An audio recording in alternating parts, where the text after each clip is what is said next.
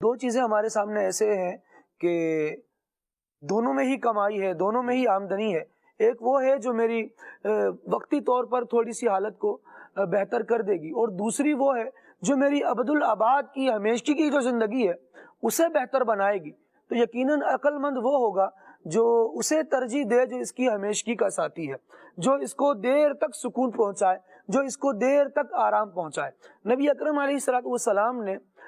تین مثالیں بیان فرمائی اور اپنے صحابہ کرام علیہ مردوان سے ارشاد فرمانے لگے کہ تمہارے مال، عیال اور اعمال، ان کی مثال ایسی ہے جیسے کسی کے تین بھائی ہوں۔ اب وہ تین بھائی ہیں، وہ جب اس کی موت کا وقت قریب آئے تو وہ اپنے پہلے بھائی کو بلائے اور پہلے بھائی کو بلا کر پوچھے کہ تم بتاؤ میرے لیے کیا کر سکتے ہو۔ تو وہ کہے کہ تم بیمار ہو، میں تمہاری عیادت کر سکتا ہوں، تمہارے ساتھ اچھا رہ سکتا ہوں، تیمارداری کر سکتا ہوں، اور جو کچھ ممکن ہے وہ تمہارے ساتھ کر سکتا ہوں، اور میں اس وقت تک تمہارے ساتھ ہوں جب تک تم صحیح ہو، سلامت ہو، جب تک تم قبر کے اندر نہیں اتر جاتے۔ اگر تم قبر کے اندر اتر جاؤ گے تو پھر میں تمہیں وہاں اتار کر واپس آ جاؤں گا، اور واپس آنے کے بعد لوگوں سے تمہارے بارے میں اچھی ہی بات کہوں گا۔ نبی اکرم علیہ الصلوۃ والسلام نے یہ بیان فرمانے کے بعد صحابہ کرام علیہ مردوان سے ارشاد فرمایا، اس کے بارے میں تمہاری کیا رائے ہے؟ ایسا بھائی کیسا ہے؟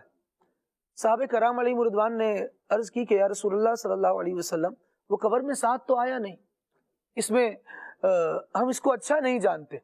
پھر فرمایا دوسرا ہے، اس کی مثال ایسی ہے کہ وہ تمہارے ساتھ ہے اور تمہیں جہاں تنگی آ رہی ہے وہاں وہ تمہیں بچا رہا ہے۔ نبی اکرم علیہ الصلوۃ والسلام نے ارشاد فرمایا کہ لیکن جب تم قبر میں اتر جاؤ گے تو پھر یہ تمہارے کوئی کام نہیں آئے گا، تم بتاؤ تمہاری اس کے بارے میں کیا رائے ہے؟ کہنے لگے کہ یا رسول اللہ صلی اللہ تعالیٰ علیہ وسلم، ہم اس کو بھی اچھا نہیں جانتے۔ نبی اکرم علیہ الصلوۃ والسلام نے ارشاد فرمایا یہ تمہارا مال ہے۔ تیسرے کے بارے میں ارشاد فرمایا کہ وہ جو جاں بلب تھا بندہ، وہ اپنے تیسرے بھائی سے کہے کہ اب میں موت کے گھاٹ اترنے والا ہوں، تم میرے ساتھ کیا کر سکتے ہو؟ تو اب یہ تیسرا جواب دے کہ میں تمہاری قبر میں تمہارے ساتھ آؤں گا،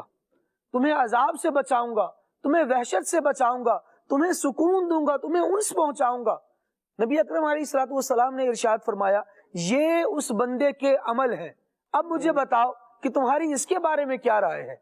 تو صحابہ کرام علیہ مردوان نے ارشاد فرمایا یا رسول اللہ یہ تو بہت اچھا ہے کہ اگر یہ ہمیں قبر میں سکون پہنچائے گا، وہاں راحت اور آرام پہنچائے گا، تو عرض کی کہ یا رسول اللہ یہ تو بہت اچھا ہے۔ حضور اکرم علیہ الصلوۃ والسلام نے ارشاد فرمایا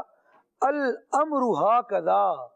حقیقت یہی ہے، معاملہ یہی ہے کہ یہ اچھا ہے۔ جب اچھا یہ ہے اور حدیث مبارکہ سے ہم اس بات کو سمجھ رہے ہیں یہ قبر میں کام آنے والا ہے، یہ حشر میں کام آنے والا ہے، تو کیوں نہ اس کو ترجیح دی جائے۔ بعض نیکیاں وہ ہیں کہ جو بندے کے لیے قبر میں تنہائی کے باوجود راحت، سکون اور آسانی کا باعث بنے گی، اگرچہ وہ قبر میں تنہا ہے، لیکن جیسے تلاوت قرآن کرنے والا بندہ، اللہ اکبر، جن صورتوں کی وہ تلاوت کیا کرتا تھا، جن آیات کو وہ پڑھا کرتا تھا،